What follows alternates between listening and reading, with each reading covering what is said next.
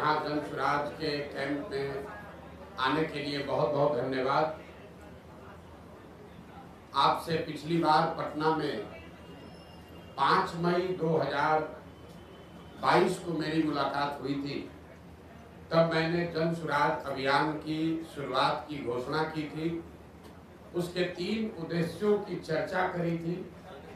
आज उसके करीब 2.5 वर्ष हो गए और उसका एक महत्वपूर्ण पड़ाव 2 अक्टूबर 2024 को पूरा होने जा रहा है। जैसा कि आप में से कुछ साथियों को याद होगा, यात्रा के 3 उद्देश्य बताए गए थे। यात्रा में हम लोगों ने कहा था, पहला उद्देश्य ये है कि बिहार के गांव-गांव जाकर लोगों को ये बताना, समझाना कि किस तरह से वो अपने और अपने बच्चों की जिंदगी को सुधार सकते हैं। दूसरा ये उद्देश्य था कि लोगों को मजबूरी में जानते बूझते हुए भी गलत व्यक्ति को, गलत दल को वोट न करना पड़े, विकल्प के अभाव में वोट न करना पड़े। इसके लिए लोगों की मदद से एक नया दल, एक नया विकल्प बनाना। और तीसरा उद्देश्य ये था कि बिहार के विकास के लिए अगले 10 वर्ष में बिहार देश के 10 अग्रणी राज्यों में शामिल हो, इसका ब्लूप्रिंट बनाना और बिहार के 8,500 पंचायतों का, इसको ध्यान रखें, बिहार के 8,500 पंचायतों का अलग अलग योजना बनाकर जनता के सामने रखना कि हर पंचायत की क्या समस्या है और उस पंचायत को अगले 10 वर्ष में विकसित बनाने के लिए क्या कुछ प्रयास किया जा सकता है। हर पंचायत में 800 से 1200 नए रोजगार के अवसर कैसे पैदा किए जाएंगे, हर पंचायत में बच्चों के पढ़ने की व्यवस्था को कैसे सुधारा जाएगा और हर पंचायत में खेती को, जो बिहार में कमाने वाली खेती है, उसको कमाने वाला खेती कैसे बनाया जाएगा। ये 3 उद्देश्यों से हम लोगों ने ये प्रयास शुरू किया था।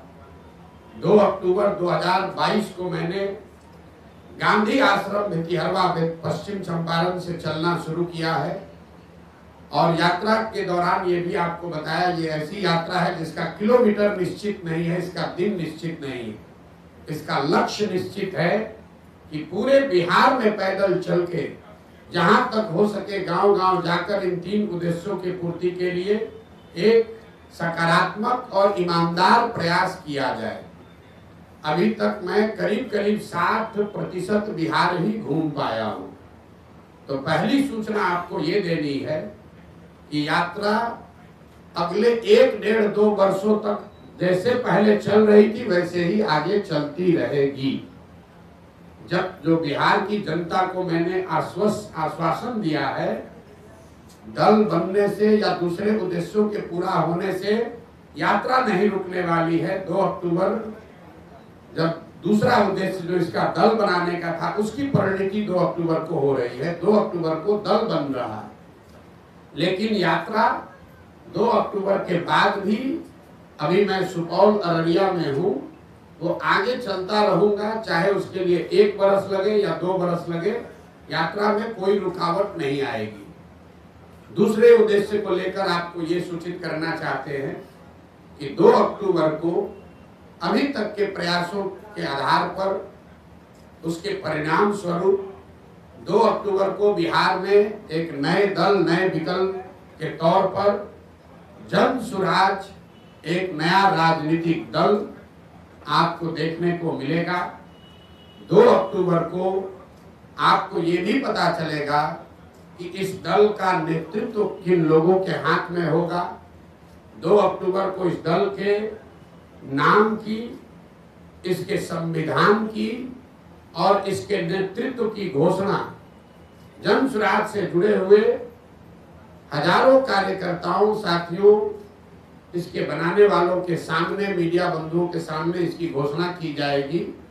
और जैसा कि मैंने पहले बताया था, जन स्वराज दल जब बन रहा है तो ना मैं उसका नेता था, ना मुझे उसका नेता बनना है।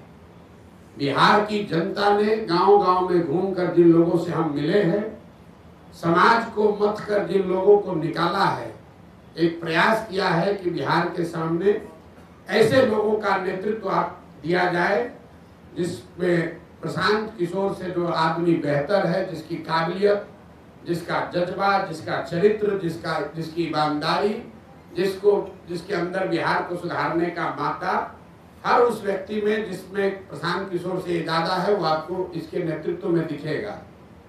तो 2 दिन और अगर आप इंतजार करेंगे तो आपको पता चलेगा कि 2 अक्टूबर को जन स्वराज की लीडरशिप काउंसिल में किन लोगों का चयन हुआ, किन लोगों को जनता ने बताया, और साथ ही पार्टी के अध्यक्ष की घोषणा भी 2 तारीख को की जाएगी।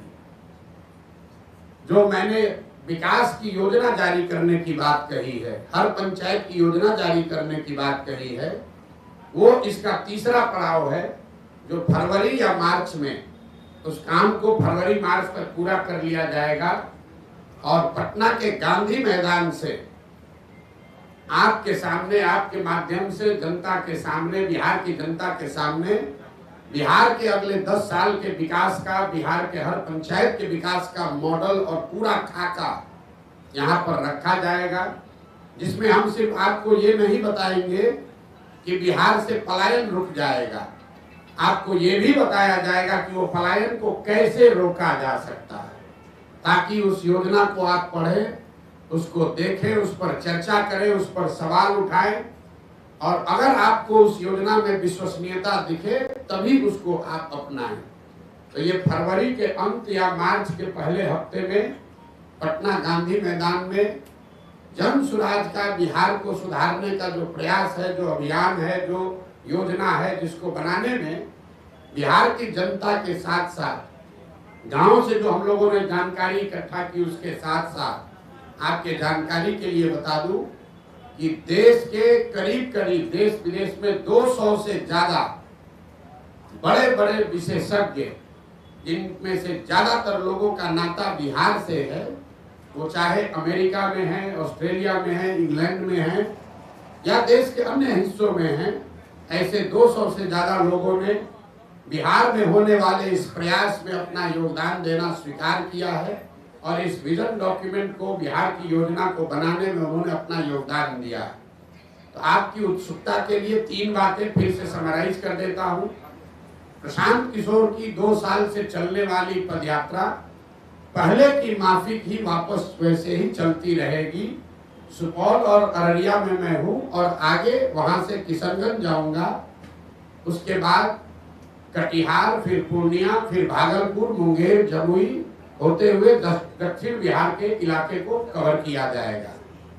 दूसरी घोषणा ये है कि 2 अक्टूबर को जन स्वराज विधिवत तौर पर, औपचारिक तौर पर एक राजनीतिक दल के तौर पर उसकी घोषणा की जाएगी। 2 तारीख को दल के नेता, संविधान और नेतृत्व की भी घोषणा की जाएगी। उनसे आपको मुखातिब भी कराया जाएगा ताकि आप उनसे सवाल कर सके, उनकी पृष्ठभूमि की जांच कर सके, और अगर उसमें कोई गलती व्यक्ति आ जाए तो बिल्कुल उस पर टीका टिप्पणी भी करें और हमसे सवाल भी उठाएं।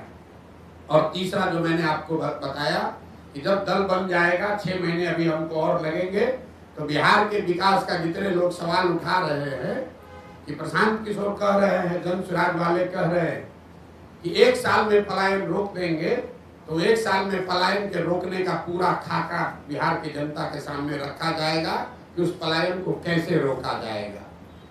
अगर जन स्वराज में हम लोग कह रहे हैं कि 15 साल से कम उम्र के हर बच्चे के लिए अगले 5 से 7 वर्षों में विश्व स्तरीय शिक्षा की व्यवस्था बनाई जाएगी, बिहार को फिर से ज्ञान की भूमि के तौर पर स्थापित किया जाएगा, तो उसका पूरा योजना बनाकर आपके सामने जारी करेंगे। और अभी तक मेरा जो 2 साल का पदयात्रा का अनुभव रहा है और आगे की योजना के बारे में अब आपके जो सवाल है, मैं आपके सामने बैठा हुआ हूँ।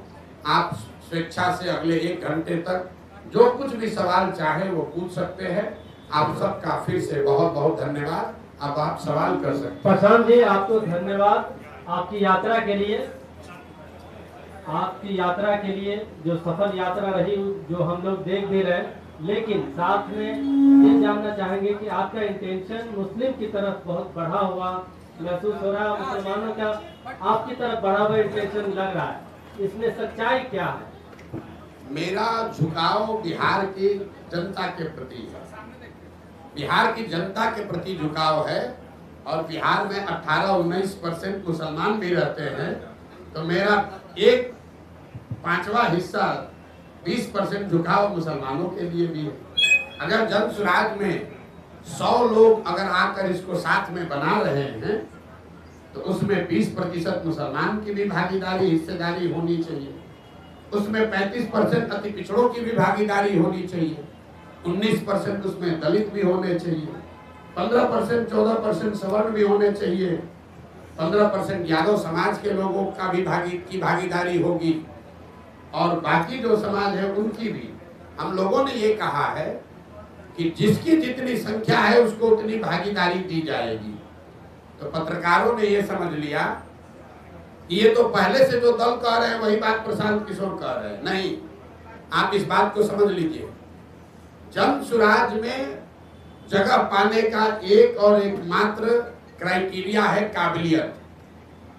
बिना काबिलियत के आप जन सुराज में कोई जिम्मेवारी की जगह नहीं पा सकते हैं। लेकिन अगर जगह है 100 और 1000 आदमी काबिल हैं, तो कैसे उन 100 का बंटवारा होगा? उसके लिए मैंने कहा कि हर काबिल आदमी किसी न किसी जाति या समाज का है, और हर समाज में काबिल आदमी है। तो जन सुराज का ये प्रयास है कि हर समाज के काबिल आदमी को ढूंढ कर निकाला जाए, और उस समाज की जितनी संख्या है उस समाज के उतने काबिल लोगों को जन सुराज में शामिल किया जाए। तो जो जन सुराज की लीडरशिप काउंसिल बनी है, जिसकी घोषणा 2 तारीख को होगी, उसमें आपको दिखेगा कि 20 लोगों की अगर काउंसिल है तो 5 लोग उसमें आपको मुसलमान दिख सकते हैं। लेकिन वो इसलिए नहीं 5 होंगे कि वो 5 मुसलमान हैं, वो इसलिए होंगे कि वो 5 सबसे काबिल व्यक्ति हैं जो मुसलमान भी हैं। उसमें 5 दलित समाज के लोग भी होंगे, लेकिन वो इसलिए नहीं होंगे कि वो दलित समाज के हैं, वो इसलिए हैं कि वो बिहार के सबसे काबिल चरित्रवान लोग हैं, जिनको समाज ने चुना है, जो दलित भी है। उसमें 15% लोग यादव समाज के भी होंगे। वो इसलिए नहीं होंगे कि वो यादव है, वो इसलिए होंगे कि वो यादव समाज, वो बिहार के सबसे काबिल यादव समाज के लोग हैं। और यही तो 2 बरस से हमारा आपको ये वादा है, बिहार की जनता को जो हमने वादा किया है कि ईमानदारी और शुद्धता में कमी नहीं आएगी। बाकी आप हमसे कुछ भी गलती हो सकती है, इस प्रयास के ईमानदारी और शुद्धता में कमी नहीं आएगी। और उसका पहला पैमाना, पहला कसौटी था कि मैं पैदल चल रहा हूं कि नहीं। आप में से कई लोगों ने कहा कि पैदल चलने से क्या होता है, प्रशांत किशोर तो बिजनेसमैन है, कितना दिन चलेगा। लेकिन मेरा बड़ा से बड़ा विरोधी भी ये नहीं कह सकता है कि 2 साल से मैंने ईमानदारी से अपना चलना पूरा किया है कि नहीं। गांव में ही रहे हैं, गांव में चले हैं। और इसी बिहार में जहां मुखिया बन जाने के बाद भी आदमी कहने लगता है कि हमको बहुत, हमारे जान पर खतरा है, बिहार में जान का खतरा है, बिना बाहुबल के राजनीति नहीं कर सकते हैं। आप में से जिन लोगों ने भी जन सुराज की यात्रा देखी है, इतनी बड़ी व्यवस्था है, लेकिन इसमें एक सिपाही और हवलदार ना पहले दिन था, ना आज है, ना आगे होगा। मैं गांव के सरेहों में ही सोया हूं, और आज तक ये बिहार की जनता की काबिलियत है, उसका कैरेक्टर है कि मैं आपको कैमरे पर बता रहा हूं, चाहे जिस किसी समाज के गांव में मैं गया हूं, मुझे लोगों ने उतना ही सम्मान दिया है, प्यार दिया है। मुझे किसी कुत्ते ने भी नहीं काटा है आज तक। 2 बरस से हम लोग पैदल चल रहे हैं। तो जितने लोग कहते हैं कि राजनीति के लिए बाहुबल चाहिए, तो हम लोगों ने ये करके दिखाया है कि बिहार में आपको राजनीति करने के लिए बाहुबल नहीं चाहिए। दूसरी कसौटी इसकी ये होगी कि मैंने कहा था कि मैं इसका नेता नहीं बनूंगा। लोगों ने कहा अरे अभी तो कह न रहे, देखिएगा यही बनेंगे। तो 2 तारीख को आपको दिखेगा कि प्रशांत किशोर जब तक पदयात्रा जो कर रहे थे वही वापस 2 के बाद भी करते नजर आएंगे। 2 तारीख को नया नेतृत्व बिहार से घोषित कर देंगे। तीसरा मैंने ये कहा था कि जिस आदमी को भी इसका नेतृत्व चुनकर देंगे वो आदमी प्रशांत किशोर से ज्यादा काबिल आदमी होगा। तो आप जिनको हम बना रहे हैं आप देखिएगा, वो आदमी प्रशांत किशोर से ज्यादा विद्वान और होशियार कैरेक्टर वाला होगा, ऐसा मेरा विश्वास है। उस कसौटी पर आप लोग कसिए 2 तारीख को। और फिर जब यहाँ का एजेंडा जारी करेंगे मार्च में, तो आप सारे विद्वान लोगों से मैं आग्रह करूंगा कि 2 महीना तक जिसको भी जिस विषय की जानकारी है आप पूरी तरीके से उस बात का अध्ययन करके सवाल कीजिए कि क्या 1 वर्ष में बिहार में पलायन रोकने का वादा पूरा किया जा सकता है कि नहीं।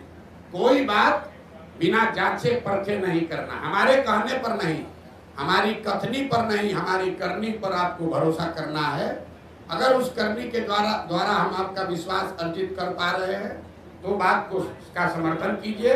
अगर हमारे कथनी और करनी में फर्क है तो मैं आपको सामने से कह रहा हूं कि सबसे ज्यादा मेरा बखिया उधेड़ी है। ये प्रशांत जी एक और चीज, 1 मिनट। किसी ने यहाँ कहा कि प्रशांत किशोर एसी वाला टेंट लगा कर चलते हैं। तो ये प्रेस कॉन्फ्रेंस हमने टेंट में इसलिए रखा है कि इसी टेंटों में हम लोग 2 साल से रह रहे हैं। तो मैं चाहूंगा कि यहाँ आप ये प्रेस वार्ता के बाद इस टेंट का मुआयना भी कीजिए और बिहार में जो भी अपने को जमीनी नेता मानता है मैं उसको चुनौती दे रहा हूं कि इसमें 7 दिन रहकर पैदल चल के दिखाओ, तब बताते हैं कि तुम्हारा कितना कैरेक्टर है और कितना जमीन पर काम कर सकते हैं। इस कैंप का वीडियो बनाकर जारी कीजिए और खुली चुनौती दे रहा हूं कि इस कैंप में 7 दिन रहिए। जिसको ये 5 स्टार दिख रहा है, आप सब साथी यहाँ बैठे हैं, बढ़िया मौसम है बाहर, 15 मिनट में पसीना छूट रहा है। इसी टेंट में हम लोगों ने जाड़ा भी काटा है, बरसात भी देखा है, और मैं अकेले नहीं हूँ। 2500 बिहार के बच्चे, 2500 बिहार के बच्चे ऐसे 20 कैंपों में बिहार में रह रहे हैं, इसी कठिन परिस्थिति में रह रहे हैं, गांव गांव जा रहे हैं। और हम लोगों ने 50 बच्चों के साथ शुरू किया था, आज 2500 पदयात्री, उनका प्रयास, उनका परिश्रम, उन पदयात्रियों का संकल्प प्रशांत किशोर से ज्यादा है। क्योंकि प्रशांत किशोर तो फिर भी मीडिया में आ रहे हैं, बोल रहे हैं, उन बच्चों को आप देख नहीं रहे। वो बच्चे नेमलेस हैं, फेसलेस हैं। 2500 बच्चे अपना घर परिवार छोड़कर रात दिन इन कैंपों में रह रहे हैं। और नेता यहाँ पटना में बैठ के कहता है प्रशांत किशोर एसी के टेंट में रहता है, जरा आके रह के देखो। 5 दिन यात्रा शुरू किया था सज्जन यहाँ के नेताओं ने, कब शुरू हुआ कब खत्म हुआ पता ही नहीं चला। ये प्रशांत जी, ये प्रशांत जी राजनीतिक रणनीतिकार सलाहकार से आप बिहार की बात किए, उसके बाद जन स्वराज अभियान आपने चलाया, तो आप बता रहे हैं कि नेतृत्व किसी और को सौंपेंगे। तो वैसी स्थिति में प्रशांत किशोर की जन स्वराज में आगे क्या भूमिका रहेगी, किस तौर पर वो जाने जाएंगे? प्रशांत किशोर की भूमिका रहेगी बिहार के समाज को जगाने का, समझाने का। क्योंकि प्रशांत किशोर की सोच ये है, जो कि गांधी की सोच से प्रेरित है, कि अगर राजनीति में आमूलचूल परिवर्तन लाना है तो बिना समाज में हस्तक्षेप किए हुए, समाज के स्तर पर काम किए बगैर आप राजनीति को और व्यवस्था को नहीं सुधार सकते। ऐसा नहीं है कि प्रशांत किशोर कहीं जा रहे हैं। हमारी सबसे बड़ी चुनौती क्या है? आप लोग सवाल क्या पूछते हैं? बात तो अच्छी है, प्रयास तो अच्छा है, समाज मानेगा तब न, जाति टूटेगा तब न। तो सबसे बड़ी चुनौती जो है समाज को मनाने समझाने की, वो चुनौती, वो काम प्रशांत किशोर के कंधे पर है। लेकिन अगर समाज मान जाए तो उसके सामने अच्छे व्यक्तियों का विकल्प हो, वो भी जरूरी है। अच्छे व्यक्तियों का विकल्प हम आपको सामने दे रहे हैं, लेकिन समाज को जगाने का, समझाने का जो काम है, दुरूह काम है, वो काम प्रशांत किशोर का है और उसी भूमिका में हम आगे भी रहेंगे।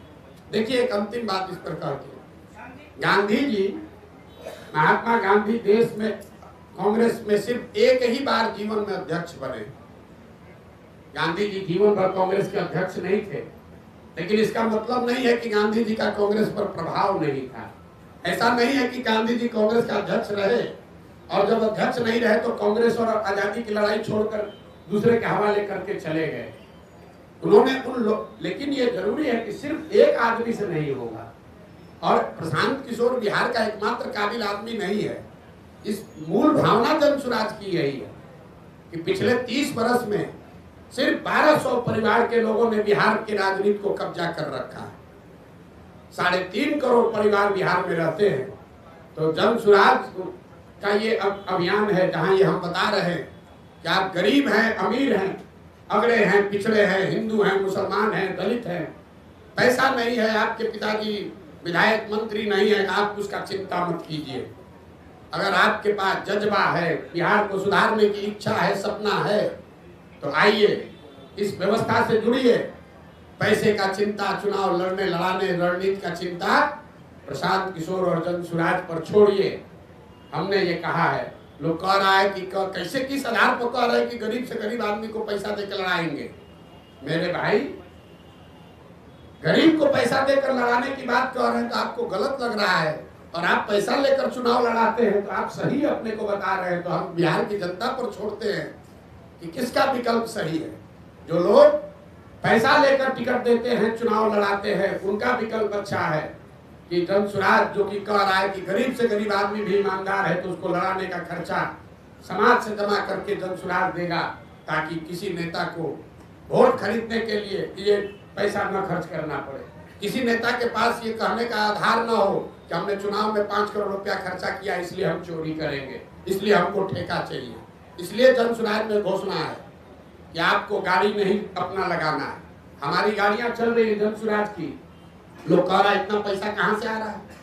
गाड़ियां इसलिए चल रही हैं कि आप समाज से पैसा वसूली मत करो, गाड़ी हम दे रहे हैं, तुम काम करो।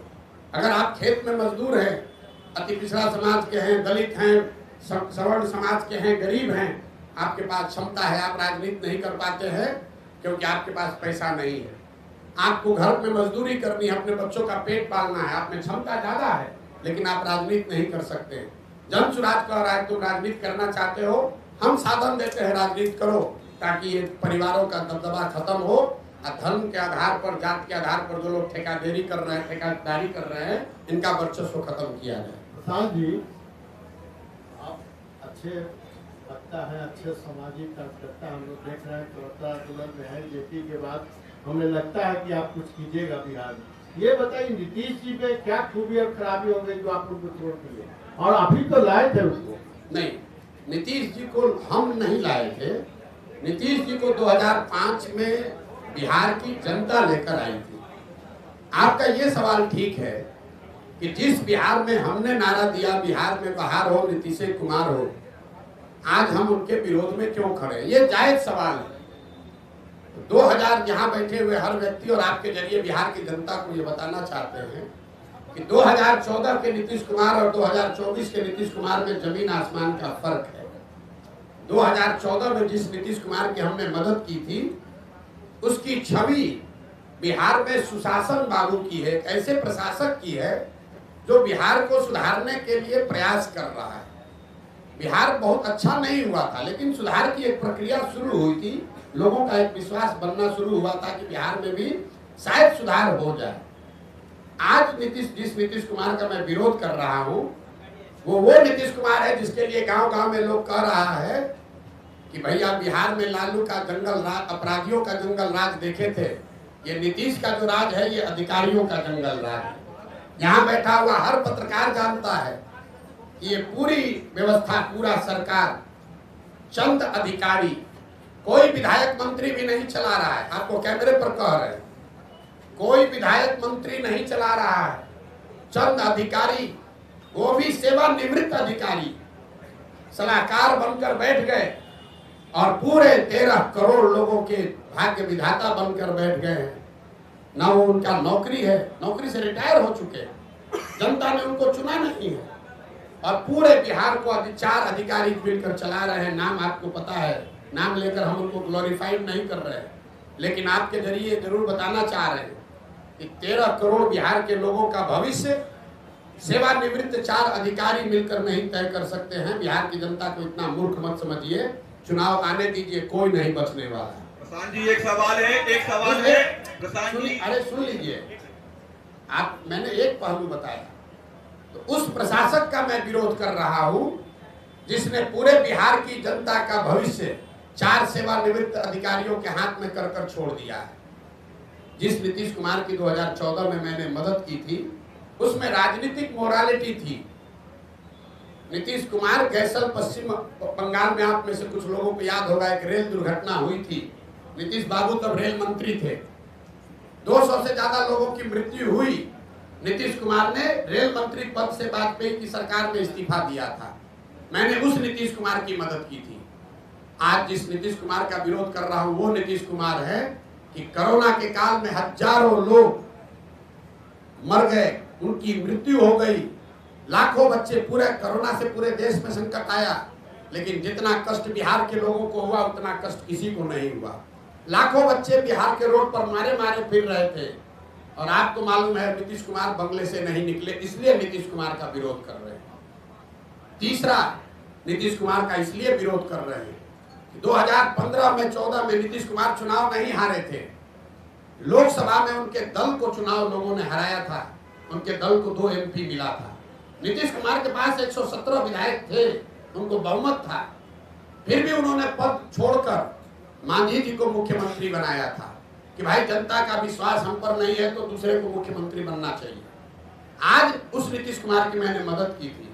आज जिस नीतीश कुमार का विरोध कर रहे हैं वो नीतीश कुमार है जो चुनाव हार गया है। 243 के विधानसभा में 42 विधायक जीता है इस आदमी का, और कभी लालटेन पर लटक कर, कभी कमल पर बैठकर यह आदमी राज कर रहा है। जिस दिन परिणाम आपके सामने खुलासा कर रहे हैं, जिस दिन 2020 का चुनाव का परिणाम आया, नीतीश कुमार अपना फोन का रिकॉर्ड जारी करे, कम से कम 3-4 बार हमसे बात किया। इस शख्स ने 3-4 बार हमसे बात किया। हमने इनको सलाह दिया कि आपको 42 विधायक आया है, मत बनिए मुख्यमंत्री, ये जनता के आदेश का उल्लंघन होगा। 6 बजे तक आप लोगों को भी जानकारी होगा, शाम में 6 बजे तक कहते रहे नहीं बनेंगे, और 6:30 बजे फिर वही जाकर मुख्यमंत्री बन गए। इस नीतीश कुमार का विरोध कर रहा हूं। तो अच्छे प्रशासक का समर्थन किया था, नैतिकता वाले राजनेता का समर्थन किया था, बिहार को सुधारने वाले व्यक्ति का समर्थन किया था। जिसका विरोध कर रहा हूं वो उसका विरोध है जो कि जिसकी एक ही प्राथमिकता बची है, किसी भी तरीके से फेविकॉल लगाकर कुर्सी पर बैठे रहो, बिहार का जनता का जो होता है होने दो। आपने कहा कि आपका जो मुकाबला है वो एनडीए से है, आरजेडी को आप कोई मुकाबला नहीं मानते हैं, तो क्या आपको नहीं लगता कि कहीं आपका ये बयान आप पर बैकफायर भी हो सकता है, क्योंकि कहीं ना कहीं एक खास वोट बैंक पर आपकी भी नजर है अगर इस स्टेटमेंट को हम देखें तो? नहीं, आप ये भाई इसके लिए कोई आपको बहुत ज्ञानी होने की जरूरत नहीं है। आप 2005 से जब से एनडीए बना है उसके बाद से आरजेडी की कोई ताकत रही नहीं है। 2005 से आप आगे का इलेक्शन का आंकड़ा उठाकर देख लीजिए तो आरजेडी को कभी, आरजेडी या उनके द्वारा बनाए गए गठबंधन को कभी जीत नहीं मिली है। महागठबंधन का एक अपवाद छोड़ दिए जिसमें हम लोगों ने मदद की थी, उसमें भी आरजेडी जूनियर पार्टनर ही था। नीतीश जी के चेहरे पर चुनाव लड़ा था, आरजेडी के नाम पर चुनाव नहीं लड़ा गया था। और अभी का लोकसभा का चुनाव देख लीजिए, इस लोकसभा चुनाव में 176 विधानसभा में भाजपा और एनडीए को बढ़त है। तो हमारा अगर मुकाबला है तो जो 176 में आगे है उससे मुकाबला होगा कि जो 50 सीट में आगे है उससे मुकाबला होगा। तो ये तो हमारे आकलन का विषय नहीं है, ये तो फैक्ट है। किसने कह दिया आपको? भाई ऐसा है, अब अपने हिसाब से कहिएगा क्या लोकसभा में कितना सीट है आरजेडी को? 2014 में आरजेडी को 5 से कम सीट था, 2014 में 0 सीट था, 2019 में 4 सीट मिला। और आप लोग बता रहे हैं बाप रे कितना बड़ा दल है आरजेडी। आरजेडी, एक बात ध्यान रखिए आप लोग, आरजेडी अपने दम पर, लालू जी बहुत बड़े नेता हैं, लेकिन लालू जी अपने दम पर बिहार जीवन में सिर्फ एक ही बार जीते हैं, एक ही बार जीते हैं। दोबारा बिहार की जनता ने लालू जी को बहुमत नहीं दिया है। तो एक बड़ा दल का ढोंगा बिहार के दूसरे कोने में जाकर बताइएगा, हमको मत समझाइए। कितना उनको दम है वो हमको मालूम है। और वो दम का आधार क्या है? दम का आधार यह है 18% मुसलमान, जिसको आप 20 बरस से डरा रहे हैं कि अगर हमको वोट नहीं दोगे तो भाजपा आ जाएगी। आपने मुसलमानों के लिए किया कुछ नहीं, उसको भागीदारी नहीं दी, उसको हिस्सेदारी नहीं दी, उनके बच्चों के पढ़ाई की चिंता नहीं की, उनको लालटेन में किरासन तेल बनाकर जला रहे हो, रोशनी अपने घर में कर रहे हो। उसको अगर हटा दीजिएगा तो कितने लोग बिहार के हैं जो आरजेडी के समर्थन में, आप बता दीजिए, आपको ज्यादा जानकारी है।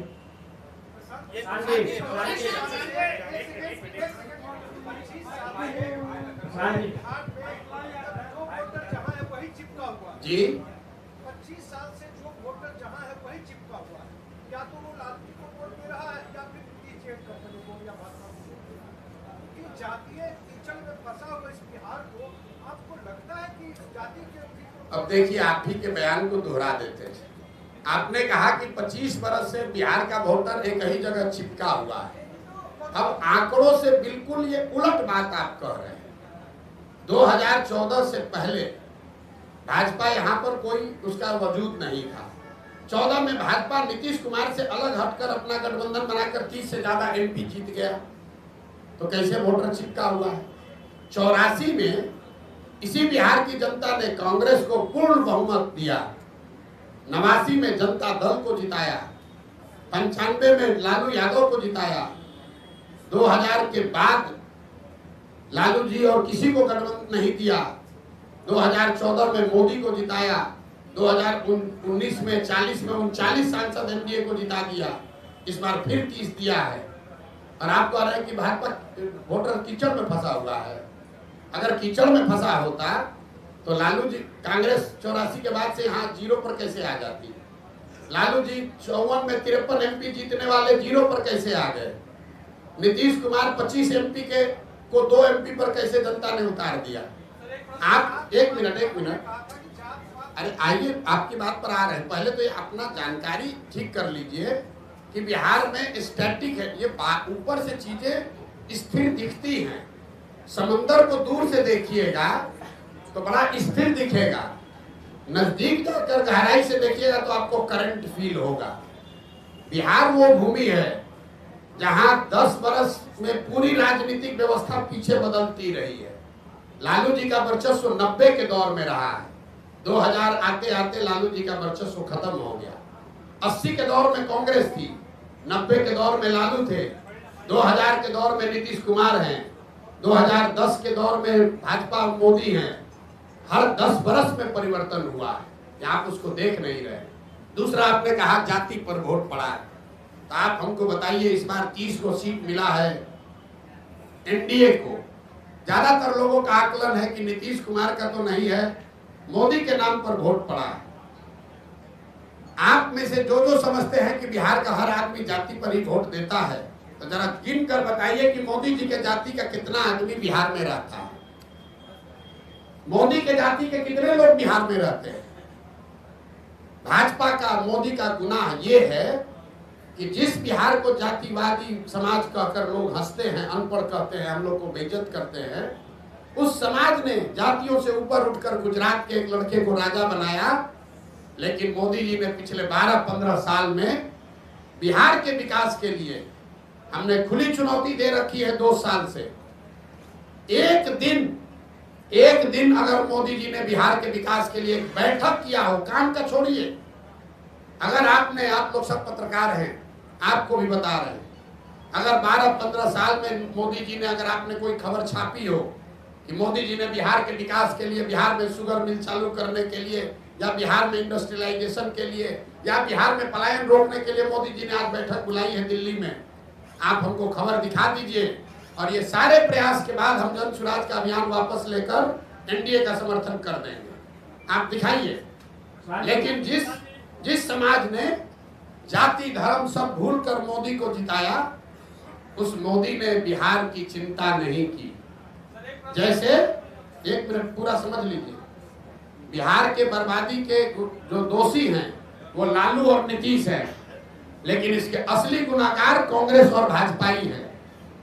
ये क्यों कह रहा हूं मैं? लालू और नीतीश ने बिहार में सत्ता चलाया है, बिहार की जनता ने उनको एक एक बार जीवन में, लालू जी को 1995 में और नीतीश जी को 2005 में एक एक ही बार मत दिया, लेकिन लालू जी जंगल राज 15 साल इसलिए चला पाए कि चंद सांसदों के लालच में कांग्रेस के लोगों ने बिहार और बिहार के बच्चों का भविष्य लालू के हाथ में गिरवी रख दिया। और जो गलती कांग्रेस ने की वही गलती आज भाजपा कर रही है। ये भाजपा वो दल है जो पूरे देश में, इसके लिए हम लोग कहते हैं कि दूसरे का दल को तोड़कर सांसद विधायक खरीद के सरकार बनाता है। बिहार में उसका 80-75 विधायक है, नीतीश का 43 है, लेकिन यहाँ सरकार नहीं बनाया। यहाँ नीतीश को बैठा दिया है ताकि हमको 12-15 MP मिलता रहे। तो भाजपा ने भी वही गलती की है जो कांग्रेस ने किया। कांग्रेस ने हम लोग के बच्चों का भविष्य लालू के हाथ में बेचा, भाजपा वाले हम लोग का भविष्य नीतीश के हाथ में बेचे हैं, और परिणाम भी वही होगा।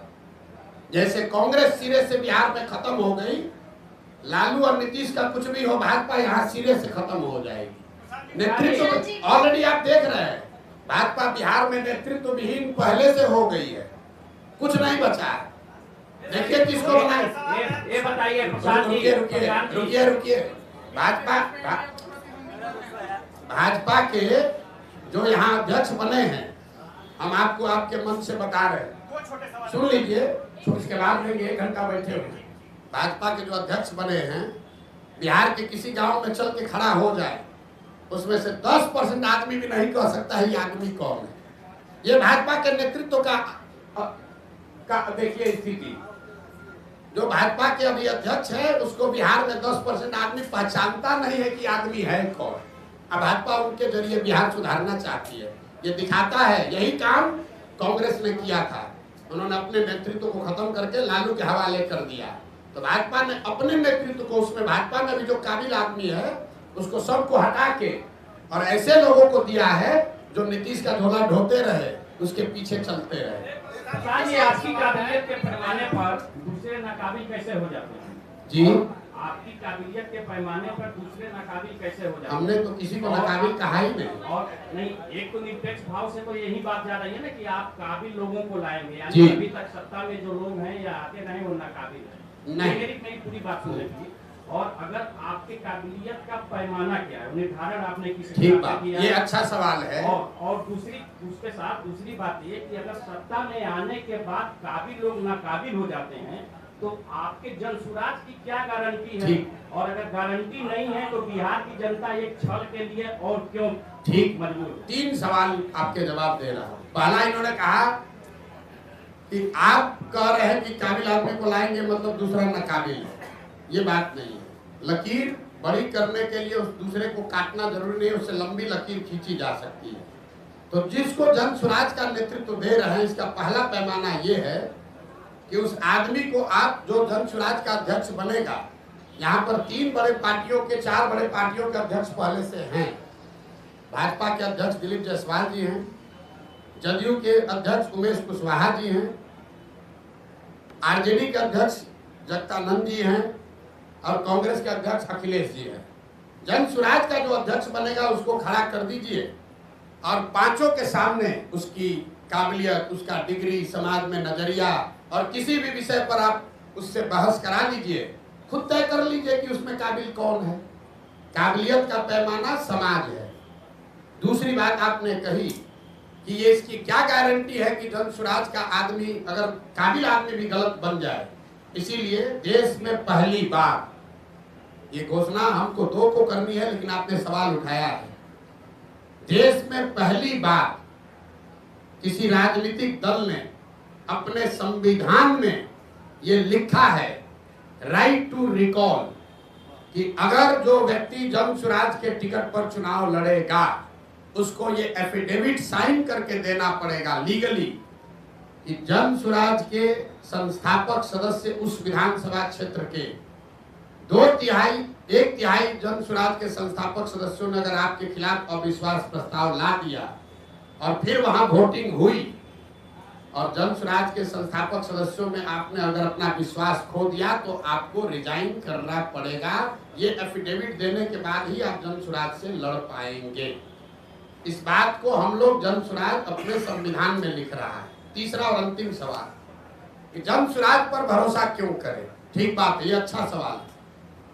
जन स्वराज पर भरोसा इसलिए करें कि पहले से जो लोग यहाँ पर हैं वो एक्सपायर मेडिसिन है। आपने उसको जांच लिया, परख लिया, जानते हैं कि ये दवा काम नहीं करती। मान लीजिए कि आपके घर में कोई बीमार पड़ गया, भगवान न करे, और उसको कोई ऐसी बीमारी हो गई कि सुधर ही नहीं रही है। डॉक्टर ने दवा दिया, हर तरह का दवा दे दिया, वो सुधर नहीं रहा है। आपने कहा डॉक्टर साहब इससे क्या होगा, अब तो नहीं सुधर रहा है। डॉक्टर ने कहा भाई एक नई दवा आई है, उसका पूरा प्रमाण तो नहीं है, लेकिन 20% 40% संभावना है ठीक हो सकती है, लेकिन कुछ खतरा भी हो सकता है। आपका अगर आदेश हो, अगर आप सहमत हो तो हम एक बार ट्राई करके देखते हैं। आप क्या कहिएगा? अपने परिजन को बचाने के लिए आप क्या कहिएगा कि जो 3 दवा जिसको आपने ट्राई कर लिया, जिसका फायदा नहीं हुआ, उसी पर रखिएगा, या कहिएगा कि ना भाई ना डॉक्टर साहब 20% संभावना है, लेकिन नया दवा आया है, इसको ट्राई कीजिए, शायद हमारी किस्मत, दुआ, भगवान का आशीर्वाद शायद लग जाए। तो जन स्वराज जो जिन दलों से हम लड़ रहे हैं वो एक्सपायर मेडिसिन है। जनता ने उसको 30 बरस देख लिया, परख लिया, जान लिया, ये नहीं सुधार सकता है। जन स्वराज नया प्रयास है, इससे सुधार हो भी सकता है, शायद नहीं भी हो सकता है, लेकिन शायद हो भी सकता है। तो ऊपर वाले की दुआ रही तो निश्चित तौर पर बिहार की जनता वो रिस्क लेगी। और एक अंतिम बात, हमारा अपना मानना है कि सबके जीवन में कभी न कभी सवेरा आना है। बिहार के 13 करोड़ जनता के भविष्य में भी कभी न कभी तो सुधार भगवान ने, ऊपर वाले ने लिखा होगा। हम लोग तो निमित्त मात्र है। हम तो पहले भी ये हमको समझ थी, हमने पहले प्रयास क्यों नहीं किया? प्रयास हम तब शुरू किए हैं जब ऊपर वाले की मर्जी हुई है। हम 1% है, ऊपर वाला 99% है। मेरा ये विश्वास है कि 13 करोड़ बिहार के लोगों का जीवन भी कभी सुधरना भगवान ने तय किया होगा, और शायद जन स्वराज वो निमित्त है, वो रास्ता है जिसके जरिए वो सुधार हो पाएगा। मेरे दो छोटे उनके भी 2 छोटे हैं, आपके भी 2 छोटे हैं।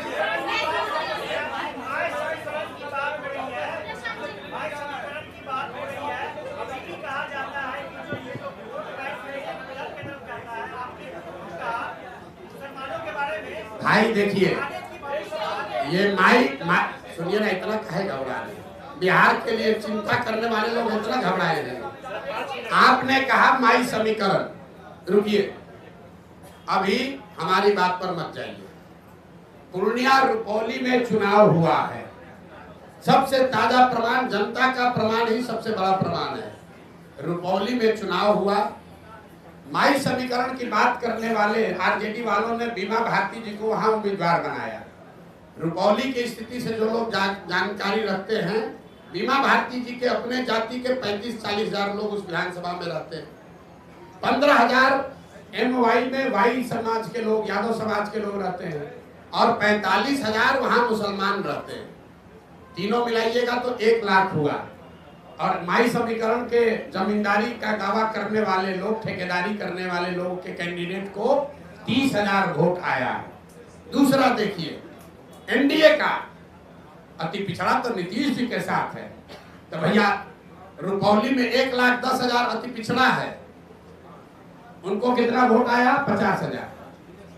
और जीता कौन? उस व्यक्ति, वो आदमी जीता है, हमारा आदमी नहीं जीता है। जन स्वराज की बात छोड़ दीजिए, वो आदमी जीता है जिसके जाति का 5-6 हजार आदमी वहां रहता है। और आप लोग कह रहे हैं कि बिहार में माई समीकरण है, सब जाते हैं, पब्लिक सब पागल है। अरे भाई आप ये समझिए, अगर यहाँ सोना और पीतल रख दिया जाए तो आप किसी जाति के यहाँ सोना उठाइएगा कि पीतल उठाइएगा? फर्क बस इतना है कि कोई सोना दिखना चाहिए, आचार से, विचार से, व्यवहार से, कर्म से। अगर आप सोना दिखेंगे तो समाज का कोई भी ऐसा वर्ग नहीं है, कौन नहीं चाहता है कि उसका बच्चा अच्छा पढ़े? कौन नहीं चाहता है कि उसके बच्चे के शरीर पर कपड़ा हो? कौन नहीं चाहता है कि उसके बच्चे को पलायन नहीं करना पड़े? हाँ, अब ये जिम्मेवारी हम पर है, जन स्वराज पर है कि हम वो तप तपा कर सोना दिखे, वो विश्वास अर्जित करें। और मैंने कहा है कि अगर 3 बरस में विश्वास अर्जित नहीं कर पाए तो 5 वर्ष चाहे और चलना पड़े, 10 वर्ष प्रयास करना पड़े, हम पीछे नहीं हटने वाले।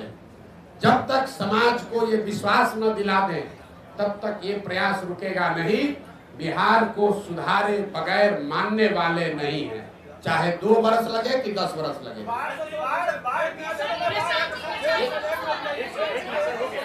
बोलिए बोलिए बोलिए बोलिए। क्या पीके जियो टीओ क्या होता है? मेरे भाई, बिहार कहाँ से कहाँ सवाल आप करते हैं। हमने दल नहीं बनाया है, हम पूरी बात अपनी बिहार के लिए। अगर हम अपने जीवन में, मेरे जीवन का भी हम 10 साल में अपना जीवन जीते। 10 साल हम संयुक्त राष्ट्र संघ में थे, 10 साल जो हमने काम, और जब संयुक्त राष्ट्र संघ में बुलंदी पर थे, जब वहां बुलंदी पर थे, 35 वर्ष के उम्र में संयुक्त राष्ट्र संघ में मुकाम हासिल कर लिए, तब हमने उसको छोड़ा और छोड़कर 10 वर्ष जो काम किया, जिसको आप चुनावी रणनीतिकार प्रबंधन कहते हैं, 2011 से 2021। और जब हम उस काम में चुनावी प्रबंधन रणनीतिकार जिसको आप कहते हैं, उसमें बुलंदी पर थे, तो 2021 में उस काम को छोड़ दिए। अब मेरा अगले 10 साल का जीवन का एक ही लक्ष्य है, बिहार को देश के 10 अग्रणी राज्यों में शामिल कराना है। चाहे उसके लिए जो कुछ भी करना पड़े। हम देश, दुनिया, विश्व नहीं देख रहे हैं, एक ही चीज देख रहे हैं, बिहार की समस्या, बिहार के बच्चे, बिहार की पलायन, बिहार की अशिक्षा। और जैसा मैंने आपको कहा, आप चुनाव देख रहे हैं, मैं देख रहा हूं कि जब तक ये नहीं सुधरेगा तब तक बिहार में ही प्रशांत किशोर को इसी तरह से प्रयास करते रहना। विपक्ष आप पर कई तरह के आरोप लगाता है, जिसमें से एक आरोप ये है कि जनसुराज कुछ और नहीं बल्कि वन मैन शो है। इस आरोप पर प्रशांत किशोर क्या ठीक, देखिए, कम से कम विपक्ष वाले या पक्ष वाले आरोप लगाना शुरू तो कर रहे हैं। जब हमने अभियान शुरू किया था तो कहता था ये है कौन, प्रशांत किशोर कौन है। किसी ने हमको व्यापारी कहा, तो हमने मंच पर कहा, कैमरे के सामने कहा, हाँ व्यापारी हैं, सामान बेचने आए हैं, अपना विचार बेचने आए हैं, लोगों को माथा पर टोकरी लेकर घर घर घूम रहे हैं, ये विचार बेच रहे हैं कि जाति धर्म नाली गली का छोड़ो, अपने बच्चों की चिंता करो, ये विचार बेचने आए हैं। तो ये तो मान रहा है ना विपक्ष वाला कि प्रशांत किशोर को बेचने आता है। तो हम ये विचार घर घर बेच कर आए हैं कि एक बार जीवन में नेताओं की बच्चों की चिंता छोड़ दो, अपने बच्चों की चिंता कर लो, ये विचार बेचने आए। तो आज अभी पहली बार, आप लोग ध्यान नहीं दे रहे, पहली बार देश में ऐसा हो रहा है कि जो सत्ता में है और जो विपक्ष में है, दोनों के राजनीतिक कार्यकर्ता छोड़कर वहां जा रहे हैं जो अभी दल ही नहीं है। आप इसको जरा आकलन करके देख लीजिए। राजनीतिक कार्यकर्ता तो वहां जाता है जहां सत्ता है या सत्ता आने की संभावना है। जनसुराज अभी दल नहीं है और आरजेडी वाले चिट्ठी निकाल रहे हैं कि भैया लालू जी के समाजवाद का हवाला है, जो दल मत छोड़ो रे भाई, अरे यहीं पर बने रहो। भाजपा वाला, कल हमको एक भाजपा का नेता आया, कहा भैया भाजपा का कार्यालय है, बैठे हम लोग हैं, लेकिन चर्चा खाली जनसुराजे का हो रहा है। ये हमारी ताकत नहीं है, ये बिहार के लोगों की 30 वर्ष की छटपटाहट है। 30 वर्ष से भाजपा का डर दिखाकर लालू और लालू का डर दिखाकर भाजपा ने जो वोट लिया है, ये उनकी छटपटाहट है। जब बिहार के लोगों को कोई रास्ता मिल जाएगा तो ये मुफ्तखोरी जो है वो छूट जाएगी, राजनीतिक बंधुआ मजदूर कोई नहीं बचेगा। यही अभियान है और इसीलिए छटपटाहट और घबराहट है। प्रशांत जी, एक बड़ा खतरा बनकर उभरे, एक छोटा सवाल प्रशांत जी, आप एक बड़ा खतरा बनकर उभरे हैं, तो कईयों ने आपको भी संपर्क करने की कोशिश की होगी, तो प्रशांत किशोर के रोज भाई देखिए, ऐसा है, प्रशांत किशोर को बिहार में प्रयास करने की जरूरत नहीं है, हमको लोगों को संपर्क करने के लिए। देश में कौन ऐसा नेता दल है, आप लोग सब पत्रकार हैं, कौन ऐसा दल और नेता है जो सोचेगा कि प्रशांत नहीं सोचेगा कि प्रशांत किशोर को अपने साथ रख ले। भाई भूमिका हमको चाहे कुछ भी दे, इतना तो जरूर चाहेगा प्रशांत किशोर हमारे साथ रहे। तो यहाँ जब टुटपुंजिया नेता को जिसको 5000 वोट आ जाता है वो सौदा कर सकता है, तो आपको कैसे लग रहा है कि हमारे पास ऑफर नहीं आ रहा? हमको लोग प्रलोभन नहीं दे रहे, डर नहीं दिखा रहे, लेकिन हमने जो वादा किया है कि 243 मतलब 243, 242 नहीं होगा। और चुनाव के बाद अगर 130-35 सीट भी आ जाए, ये भी कैमरे पर कहा है, तो प्रशांत किशोर उसको अपनी व्यक्तिगत हार मानेंगे कि मेरे प्रयास में कमी रह गई, हम बिहार को लोगों को नहीं समझा पाए।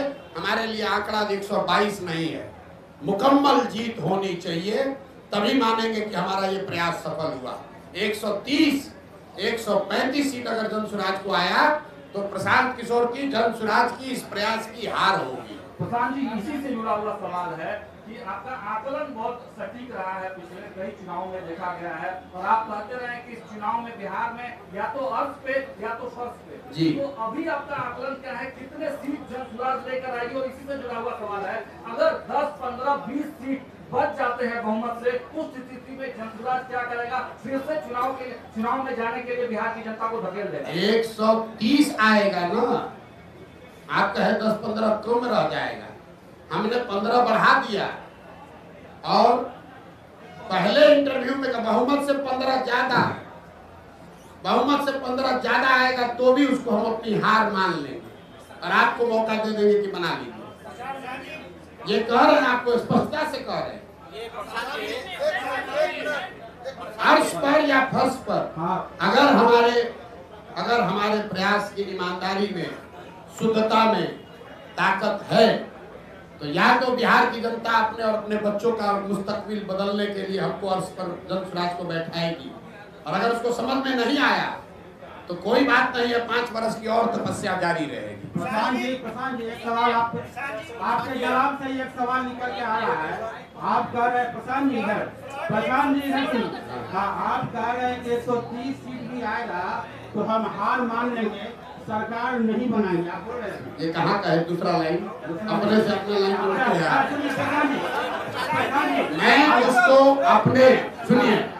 मैं उसको अपने इस प्रयास के बिहार को सुधार, देखिए बिहार में सिर्फ सरकार बनने से बिहार नहीं सुधरेगा। आपने बात सुनी नहीं हमारी।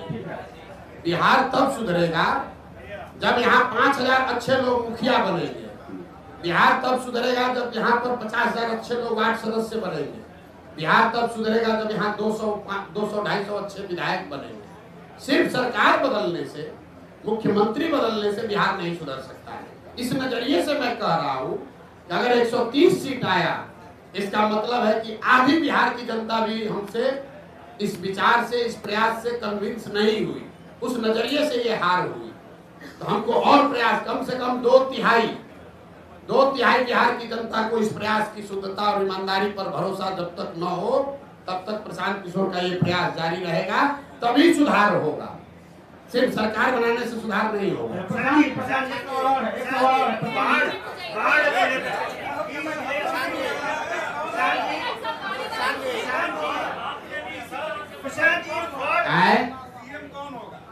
देखिए, हमने जो शुरुआत किया तो आपको बताया कि दल होगा, तो आप कहे कौन होगा?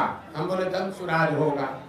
फिर बोला दल का नेता कोई होगा, हमसे काबिल होगा। तो आपने फिर पूछा कौन होगा? तो हमने कहा हमसे काबिल होगा, 2 तारीख उसका नाम चेहरा देख लीजिएगा। फिर आपने कहा कि आपका एजेंडा क्या होगा?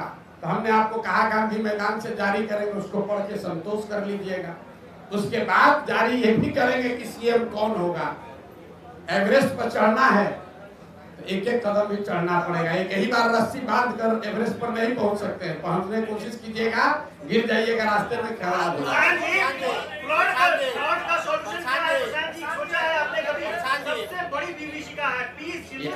आपको कुछ नहीं समझ है। इनका जरा सवाल सुनिए।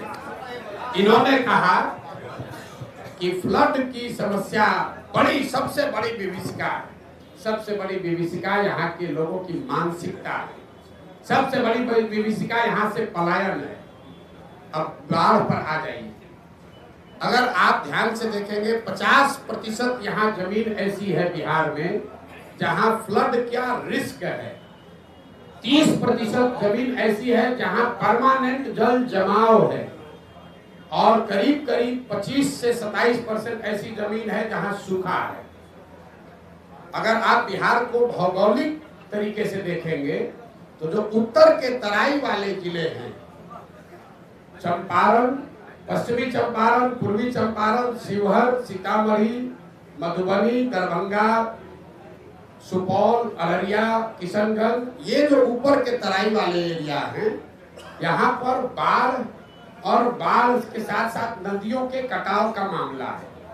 जो मध्य के जिले हैं, गोपालगंज, सिवान, छपरा, वैशाली, समस्तीपुर, खगड़िया, बेगूसराय, इन जिलों में जब आप चलिएगा गांव-गांव तो आपको बाढ़ से ज्यादा जल जमाव की समस्या दिखेगी। हर पंचायत में, प्रखंड में हजारों एकड़ जमीन ऐसी है जहां पानी परमानेंट लगा रहता है।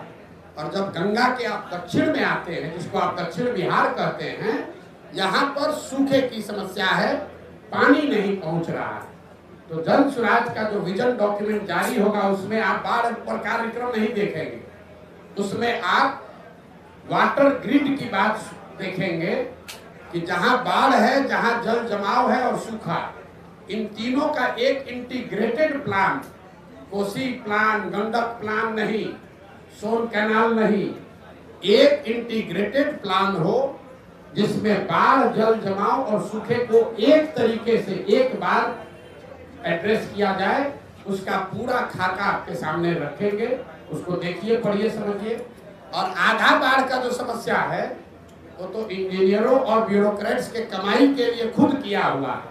आप गांव देहात में चलिए, लोग हमको बता रहे हैं भैया जो ठेकेदार है वही जाके बांध में छेद करवाता है ताकि कटे, अब बाढ़ नियंत्रण के नाम पर पैसा आए और उसमें लूट किया जाए।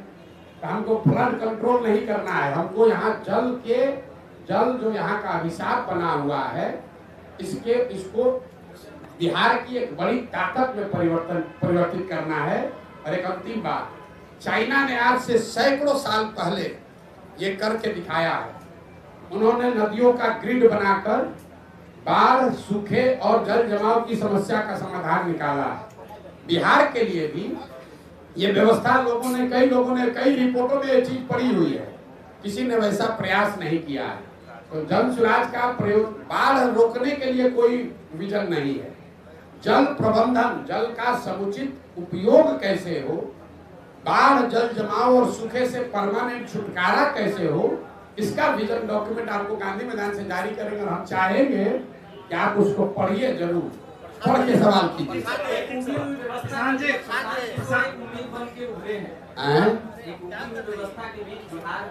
चलिए, आप लोग पत्रकार हैं, सुनिए, सवाल आ रहे हैं। आप लोग पत्रकार हैं, लेकिन हमको मालूम है कि आप पत्रकार से ज्यादा एक बिहारी भी हैं। और आप सवाल कुछ भी कीजिए, सुनिए, सवाल कुछ भी कीजिए, यहाँ बैठा हुआ कोई ऐसा बिहार का बंदा नहीं है जिसके दिल में ये आस नहीं है कि शायद अगर हो जाए तो बहुत अच्छा है। आप सवाल कर रहे हैं लेकिन दिल में हमारे लिए प्रार्थना कर रहे हैं जन सुराज के लिए कि भैया अगर ये हो जाए। क्योंकि एक अंतिम बात सुन लीजिए, बिहार की जनता तो परेशान है, ये है पत्रकारों की जो दुर्दशा है। आपकी हालत तो वो है कि आप अपना दर्द लिख भी नहीं पा रहे। कम से कम बिहार की जनता का दर्द तो कोई लिख रहा है, आप बता रहे हैं, लेकिन आपका दर्द तो आप बता नहीं पा रहे हैं कि आपके बच्चों की क्या दशा है, आपकी सुरक्षा को लेकर क्या हालत है। कान में आप सवाल पूछिए। तो सबसे ज्यादा पत्रकार लोग चाह रहे हैं, जैसे समाज का हर वर्ग चाह रहा है वैसे पत्रकार भी चाह रहा है कुछ सुधार हो। आई जो सरप्राइज पैकेज है, हम जो कह रहे हैं कि बहुत सारे लोग ऐसे आपको जन सुराज में दिखेंगे जिसको आपने सोचा नहीं था कि भी राजनीति में आ सकते हैं, तो उसमें पत्रकार लोग भी शामिल है। कि बिहार में कितना पत्रकार राजनीति में आने जा रहा है आपको पता नहीं है। प्रशांत जी, महात्मा गांधी का मेरा सवाल, प्रशांत जी, महात्मा गांधी जी का तस्वीर लगाए उन्होंने विचारों पर चलने की बात करते हैं और ये नशा मुक्ति उनका महत्वपूर्ण ये बातें थी।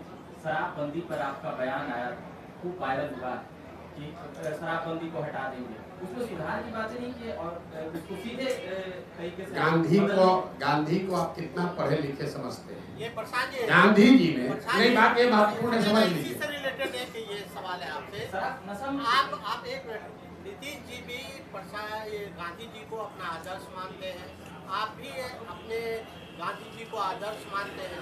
नीतीश जी बापू का हवाला देके और आधी आबादी का हवाला देके शराबबंदी लागू की। बोल रहे उसी पर बोल रहे हैं। पहली बात कि जितने लोग भी यहाँ गांधी के नाम पर शराबबंदी की पर सवाल कर रहे हैं, गांधी जी ने शराबबंदी को, नशा मुक्ति को सामाजिक प्रयास के तौर पर बताया है। गांधी जी ने ये नहीं कहा कि कानून बनाकर शराबबंदी लागू किया जाए। और हम 2-3 बरस से कह रहे हैं ये बात। जिसको जिसको भी अपने गांधी के जानने पर दम्भ हो, वो आकर हमको बताए, समझाए कि गांधी जी ने ये कहाँ कहा है कि कानून बनाकर शराबबंदी लागू किया जाए। दूसरी बात, शराबबंदी का अगर मान लो कुछ फायदे हैं भी, मान लो एक बार को, तो शराबबंदी लागू होगा तब ना फायदा होगा। बिहार में शराबबंदी कहाँ है? बिहार में शराबबंदी के नाम पर शराब का दुकान बंद है, होम डिलीवरी चालू है। पटना में तो कुछ ऐसा लोग सर्विस दे रहा है कि शराब का जो ब्रांड आप पीते हैं, आप बुलाइए, आपको पिलाएगा, आप बोतल वापस लेके जा रहा है, कह रहा है कल फिर लेकर आए। पूरा बोतल तो एक दिन में पी नहीं सकते हैं। और आप अपने घर में शराब रखना नहीं चाहते हैं कि डर है पकड़ा जाएंगे। तो ऐसा सर्विस भी यहाँ पर है। आपको बता रहे हैं, आपको हमसे ज्यादा जानकारी होगा। शराब का बोतल लेकर आता है, जितना पैक पीना है पीजिए, बोतल ले जाएगा और अगले दिन फिर आपके सामने लाके बोतल खोलकर फिर देखेगा कि अभी आप ही वाला बोतल है, पूरा पेमेंट किए हुए। नीतीश, सुनिए, नीतीश कुमार के इर्द गिर्द बैठे हुए सारे लोग खुद ही शराब पीने वाले लोग, वो क्या बताएंगे? शराबबंदी की बात कर रहे हैं। हमने कहा है, इसको ध्यान रखिए, शराबबंदी से बिहार का हर वर्ष 20,000 करोड़ रुपया का नुकसान हो रहा है। जन स्वराज का विजन ये है कि शराबबंदी को हटाया जाए और ये 20,000 करोड़ रुपया जो मिले वो बजट में न लिया जाए। उस जैसे हम लोग रोड बनाने के लिए 50 पैसा सेस देते थे, उसी तरह शराब से आने वाले टैक्स के पैसे को बजट में न लिया जाए। उस पैसे को अगले 20 वर्ष तक सिर्फ और सिर्फ बिहार के बच्चों के पढ़ाई के लिए खर्चा किया जाए। तो शराबबंदी से अगले 12-15 वर्ष में 5 लाख करोड़ रुपया हम लोग जमा करने जा रहे हैं। आप बताइए कि ये होम डिलीवरी वाला शराबबंदी से समाज का फायदा है कि शराब की बिक्री भले हो, रेगुलेटेड हो, और उससे 5 लाख करोड़ रुपया इकट्ठा कराकर एक बच्चों को पढ़ाने के लिए विश्व स्तरीय व्यवस्था बना दी जाए, वो होना चाहिए। बिहार की जनता को तय करने दीजिए। हम पहले व्यक्ति हैं और एकमात्र राजनीतिक दल है जो कह रहा है कि शराबबंदी 15 मिनट में उठाकर फेंक देंगे। लोगों ने कहा महिला वोट नहीं देगी, न देती हो तो न दे। हम गलत नहीं बोलेंगे, गलत नहीं बोलेंगे। लोगों ने कहा भूमि सुधार का बात कीजिएगा, सवर्ण वोट नहीं देगा। हम सामने से कह रहे हैं भूमि सुधार लागू किया जाएगा। अभी जो सर्वे हो रहा है ये भूमि सुधार नहीं है। भूमि सुधार और जमीन के सर्वे में फर्क है। हम सरकार पर अभी टीका टिप्पणी बहुत नहीं करते हैं, लेकिन आप लोग जितना राजनीतिक आकलन कर रहे हैं, ये कल किसी परसों पत्रकार ने बताया हमको, और उन्हीं का शब्द आपको कोट कर रहे हैं कि 3S, शराबबंदी, सर्वे और स्मार्ट मीटर, ये 3 आखिरी कील है नीतीश कुमार के राजनीतिक ताबूत में। ये सिरे से इनको साफ कर देगा। ये जो सर्वे शुरू कराया है, हर अंचल में लोग बता रहे हैं खतियान निकालने के लिए, अपना खतियान निकालने के लिए लोगों को 5,000-10,000 रुपया लग रहा है। जब से सर्वे शुरू हुआ है, प्रखंड के स्तर पर लोग बता रहे हैं कि 50 लाख से 1 करोड़ रुपया की वसूली हो चुकी। शराबबंदी का यही हालत है। हर प्रखंड से करोड़ों रुपया शराब माफिया और भ्रष्ट अफसर कमा रहे हैं। और स्मार्ट मीटर में गरीब के गले को दबाकर उसके घर में कहा जा रहा है तुम अंधेरे में रहो, लेकिन स्मार्ट मीटर स्वीकार करो। ये तीनों एस नीतीश कुमार के राजनीतिक ताबूत का 3 कील है जो इनको पूरी तरीके से खत्म कर देगा। अभी रोके हैं ना सर्वे, दम है तो जरा सर्वे करके दिखा ले। हमने सबसे पहले कहा कि 6 महीने में घर घर में झगड़ा होगा, गांव में गोली चलेगी। ये आदमी सर्वे भूमि सुधार नहीं है। जब लैंड का रिकॉर्ड कहीं आपके पास नहीं है तो आप लोगों से क्यों मांग रहे हैं कि वंशावली बना के लाओ? सरकार के पास खुद लैंड का रिकॉर्ड नहीं है, रजिस्टर 2 कॉम्प्रोमाइज्ड है, उसमें हेर फेर हुई है, उसको फाड़ दिया गया, उसमें घोटाला किया गया, पैसा लेकर आपके नाम कर दूसरा नाम कर दिया। अनीता कुमारी है तो कुमारी में मुंह पर इंक गिरा दिया, डिस्प्यूट खड़ा हो गया। तो जब सरकार को खुद नहीं पता है कि किस जमीन का मालिक कौन है तो कैसे लोग ये प्रमाणित करेंगे कि यह जमीन उनका है?